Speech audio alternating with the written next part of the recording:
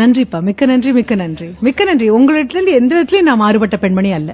Madam, உங்க YouTube ஒரு தடவை நான் கேட்டப்போ நாங்களே அதை செஞ்சிட்டு இருக்கோம். பிறந்த நாள் மற்ற இதுக்கெல்லாம் ஒரு அனாதை இல்லங்கள் இந்த மாதிரி இடங்களுக்கு போயிட்டு இருக்கோம். அது நீங்க ஒரு அவங்க மனசு என்ன ஒரு வலிக்குதுங்கிற ஒரு விவரத்தை சொல்லி அதை அவாய்ட் பண்ண சொல்லியிருக்கீங்க. இதனால அந்த மாதிரி ஒரு கொண்டாட்டங்களே தவிர்க்கப்பட்டதுன்னா அவர்களுக்கு ஒரு பாதிப்பாக இருக்குமே அப்படிங்கிறது என்னுடைய. நீங்க அதை மறுபடியும் கவனிச்சீங்கன்னா உங்களுக்கு தெரியும். உதவி பண்ண வேண்டாம் நான் ஒரு நாளும் சொல்லல. நான் உதவி பண்றேங்கிற நினைப்போட நீங்க பண்ணும்பொழுது ஒரு நாள் வாங்கியிருந்தீங்கன்னா தெரியும் சார் கையை நீட்டி. ஒரு தடவை சென்னையில பெருவெள்ளம் வந்ததுக்கு அப்புறம் ஒரு டாக்ஸில போகக்கூடிய வாய்ப்பு கிடைச்சது. அந்த டாக்ஸி டிரைவர் எங்ககிட்ட பேசிட்டே வர்றாரு. சென்ட்ரல்ல இருந்து நாவலூர் வரைக்கும் போகணும். அப்போ அவர் சொல்லிட்டே வர்றாரு, என்ன அப்படின்னா, மேடம் என்கிட்ட ஒரு 4-5 கார் இருந்தது. இந்த வெள்ளம் வந்ததுல ரோட்ல தானே நிறுத்தணும், எல்லாத்தையும் முழுகி போச்சு. ஒண்ணுதான் மிச்சம். மனைவி நிறை மாத கர்ப்பிணி. அபார்ட்மெண்ட்ல மேல போய் நிக்கிறோம் குறையில. ஹெலிகாப்டர்ல கொண்டு வந்து சாப்பாடு போடுறாங்க. நான் எல்லாருக்கும் சோறு கொடுக்கறேன் மேடம். கையை நீட்டி ஒரு பொட்டலம் சோறு என் கையில விழணும்னு நான் கையை நீட்டின போது குறுகி போயிட்டேன் அப்படியே அப்படின்னு சொல்லி சொன்னாரு. இதையும் ஒரு பக்கம் வச்சுக்கோங்க. இன்னொன்னு, இதே மாதிரி சென்னையில செல்லமே அப்படிங்கிற ஒரு கும்பலினுடைய பெரிய ஒரு அவார்டு ஒன்று கொடுத்துட்டு இருந்தாங்க. யாருக்கு அப்படின்னா, இந்த வெள்ளம் வந்த போது ஓடி ஓடி உதவின குழந்தைங்க இருக்காங்க இல்லையா, அந்த குழந்தைங்க நம்ம வீட்டு குழந்தைங்க இல்ல. நம்ம வீட்டு குழந்தைங்க உதவி வாங்குற குழந்தைங்களா வளர்த்திருக்கோம். உதவி பண்ற குழந்தைய வளர்க்கவே இல்லை. நமக்கு டாக்டர் ஆகணும், இன்ஜினியர் ஆகணும், என்னமோ ஆகணும், மனிதர் மட்டும் ஆயிடக்கூடாது. அதுல நம்ம ரொம்ப இதுவாக இருக்கணும். நம்ம குழந்தை சேக்கரா வளரணும், சங்கரா வளரணும், பிரதீபா வளரணும், மனுஷன் வளர்ந்துடக்கூடாது. இது நூதனமா நம்ம இது பண்றோம். அந்த குழந்தைங்க எல்லாமே பெரிய பெரிய அந்த வீராணம் ஏரி திட்டத்துக்காக போட்டிருக்கக்கூடிய பெரிய சிமெண்ட் பைப்பு தான் அதுகளுக்கு வீடு. அம்பலமும் அந்தரங்கமும் அதுக்குள்ளதான். அதுல இருக்கக்கூடிய குழந்தைங்க, அந்த குழந்தைங்களை எல்லாம் பிடிச்சு கூட்டிட்டு வந்திருந்தாங்க. கூட்டிட்டு வந்து அதுக்கு முதல் நாள் வேற ட்ரெஸ் வாங்கியிருக்காங்க. என்ன அப்படின்னா, அந்த குழந்தைங்க they were all sailing inside the t-shirt. அதுக்குள்ள அப்படி நீஞ்சற மாதிரி இருக்காங்க அந்த குழந்தைங்க. அவ்வளவு பெருசா இருக்கு. வளர குழந்தை தானே வாங்கி போட்டாங்களோ என்னமோ தெரியாது. டி-ஷர்ட் கால் வரைக்கும் அங்கி மாதிரி இருக்கு. அதோட ஒவ்வொன்றும் இந்த உயரம் தான் இருக்கும். மைக்க பிடிச்சா மைக்க விட அதுக்குள்ளையா இருக்கு.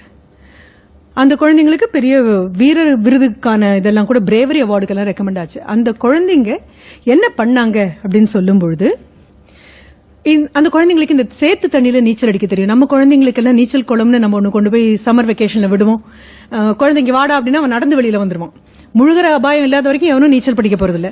நம்ம குழந்தைக்கு நீச்சல் கிளாஸுக்கு விட்டுருப்போம். அப்புறம் ஸ்கின் ப்ராப்ளம் வரும். ஏன்னா அது குளோரினேட்டட் வாட்டராக இருக்கும்.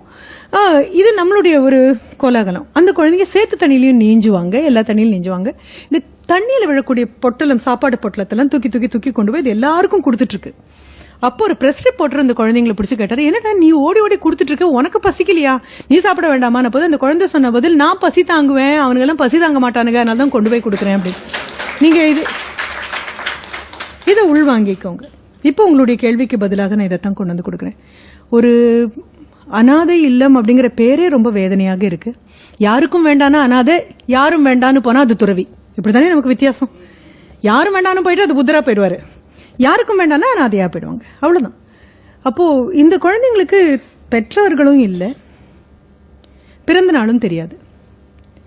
உங்களுக்கு உதவணும்னு ஒரு எண்ணம் இருக்குமே, ஆனால் உணவாகவோ உடையாகவோ ஆண்டவன் கொடுக்கிற மாதிரி நான் கொடுக்கறேங்கிறது தெரியாம தெய்வம் எப்படி கண்ணுக்கு தெரியாம கொடுக்குது, அந்த மாதிரி கொடுக்கணும். யார் கொடுத்தாங்க, பொருள் கைக்கு வந்திருக்கும், ஆனா யாருன்னு தேடி பார்க்கும்போது ஆள் தெரியக்கூடாது. காற்று மாதிரி கண்ணுக்கு தெரியக்கூடாது, ஆனா சுவாசிக்கணும்.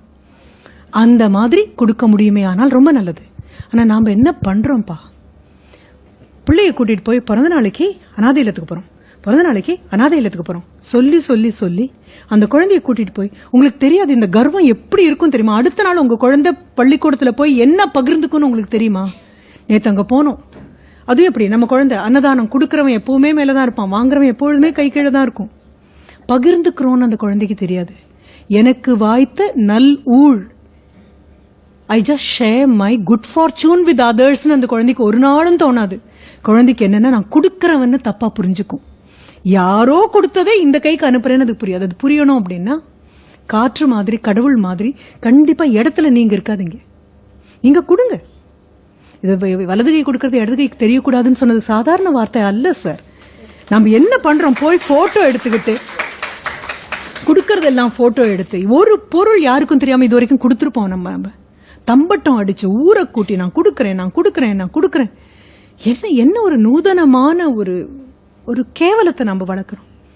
கொடுக்கறியா, கொடுத்துட்டு போயிட்டே இரு. அதுன்னு சொல்லுவோம், கர்ணனுக்கும் அர்ஜுனனுக்கும் கொடுக்கறதுல தர்மனுக்கும் கொடுக்கறதுல என்ன வித்தியாசம் அப்படின்னு கண்ணன் கிட்ட கேட்டபோது கண்ணன் சொன்னாராம், பொன்னா குமிச்சு வச்சு தர்மனை குடு அப்படின்னா தர்மன் கையால் எடுத்து ஒவ்வொரு நாளா எல்லாருக்கும் கொடுத்தானா. கர்ணன் கிட்ட சொன்ன போது இங்க பார்ப்பா குமிஞ்சு இருக்கு, யார் வேணாலும் எடுத்துக்கங்க அப்படின்ட்டு போனாராம். ஏன்னா என் கை தட்டி எடுத்து கொடுத்ததுங்கிற பெருமை கூட என் கையில ஒட்டிடக்கூடாதுன்னு. அது ஈதல் குடிப்பிறப்புன்னு சொல்லுவோம். அது வரணும் மனதுக்குள்ள. அது வரணும்னா இந்த குழந்தைங்களுக்கு போய் இதை தயவு செஞ்சு சொல்ல உதவுங்க. கண்டிப்பா உதவணும். உதவக்கூடாதுன்னு அந்த என்னுடைய பேச்சுல ஒரு வார்த்தை வந்திருக்காது. ஆனா ஊரறிய உதவுறத ஒரு விஷயமா நினைச்சு வெளியில சொல்லக்கூடிய அந்த பண்புல இருந்து நம்ம வெளியில வரணும். அந்த குழந்தைகளுக்கு தாய் தகப்பனும் இல்லை, இதுவும் இல்லை. அது நீங்க உதவுங்க. பொருளா கொடுங்க, புத்தகங்களாக கொடுங்க. Become a time donor. அது முடியுமான்னு பாருங்க.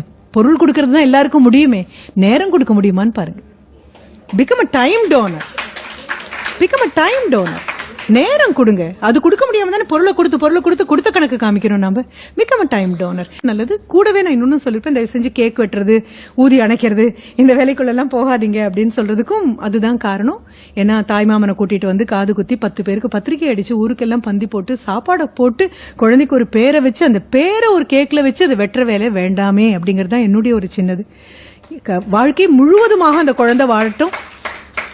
நான் வீட்டுல செல்லமா நீங்கெல்லாம் சுருக்கி பேரை கூப்பிடுவீங்கல்ல, அப்படியெல்லாம் கூப்பிடுற ஆள் கூட கிடையாது. நானே என் பேரனோட பேரை ஃபுல்லா கூப்பிடுற ஆள். நாமெல்லாம் திட்டணும்னா தான் முழு பேரையும் சொல்லுவோம்.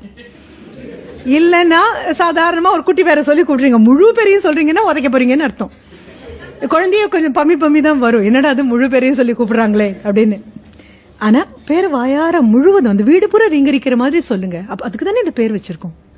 செல்ல பேர்னு சுருக்கிறது அல்லவே, முழு பேர் சொல்லி அது எவ்வளவு பெரியது. தகப்பனுடையதாக இருக்கலாம், கொள்ளு தாத்தாவுடைய பேராக இருக்கலாம், குடும்ப வாரிசாக இருக்கக்கூடிய பேராக இருக்கலாம். கொண்டாடி வாராது போல் வந்த மாமணியாய் வந்தது சுதந்திரம் மட்டும் அல்ல, வீட்டுல இருக்கக்கூடிய குழந்தைகளும் தான். அப்படி வரும்பொழுது ஒரு விளக்கை ஏற்றி வச்சு அப்படித்தானே தொடங்குறோம் நாம. தமசோமா ஜோதிர்கமய, இருட்டை விளக்கு ஒளியாக வந்து அப்படின்னு கேக்குறோம்ல. அப்போ இதையா ஏத்தி வச்சு ஊதி அணைச்சு அந்த பேரை வெட்டுறதுல என்ன கொண்டாட்டம். ஹாப்பி அப்படிங்கறது வெட்டுறது எனக்கு ரொம்ப சந்தோஷம். நீங்க நினைக்க மேம் பயங்கர சென்டிமெண்ட்ஸ் மேம். ஆமாம் என்ன தவறு. சோ வாட், அதே தான் நான் கேட்கிறேன். ஆமா ஹாப்பிங்கிற வார்த்தையை நான் வெட்ட மாட்டேன். முடிஞ்சா அப்படியே ஹாப்பியா எடுத்து வேணா யாருக்காவது கொடுங்க. ஹாப்பியை வெட்டி பர்த்டே வெட்டி கமான். மனதுக்கு ஒவ்வாத ஒரு விஷயமாக அது தோணும். அதுக்கு பதிலாக ஒரு விளக்க பத்த வச்சு கீழே ஒரு இதை வச்சு குழந்தை தலையில் 4 அரிசியை போட்டு போறவங்க எல்லாம் ஆசீர்வாதம் பண்ணி, காலில் ஒரு குழந்தை விழுந்து ஐயோ விழாதே அப்படிங்கிறதுக்கு அந்த கலாச்சாரத்தை நம்ம மாற்றி பார்த்துட்டோம். மாத்தியும் பார்க்க முயற்சி பண்றோம். குழந்தைங்க காலில் விழறது அப்படிங்கிறது ரொம்ப அழகான ஒரு விஷயம். விழச்சொல்லி கட்டாயப்படுத்தல, விழறதுங்கிறது ஒரு அழகான கலாச்சாரம். வயசு அனுபவம் அத்தனையும் தாங்கி நீங்க நிற்கும் பொழுது நல்ல அமோகமா வாப்பா, ஆனந்தமா வாழு. அது என்னன்னு சொல்லுவோம் பாட்டிகள், என்னன்னு சொல்லுவாங்க, நல்ல புத்தி கொடுக்கணும் ஆண்டவா, நல்லா பிடிச்சு வேலை வைக்க வரணும்னு சொல்ல மாட்டாங்க. நல்ல புத்தி கொடுக்கணும் ஆண்டவா. மத்த எல்லாம் கிடைக்கும், இந்த நல்ல புத்தி மட்டும் ஆண்டவன் கொடுத்தாதான் கிடைக்கும். அதனால நல்ல புத்தி கிடைக்கணும். நல்ல புத்தி அந்த ஆசீர்வதிச்சு வரக்கூடிய அந்த தலைமுறை செழிப்பா வளரும்பா.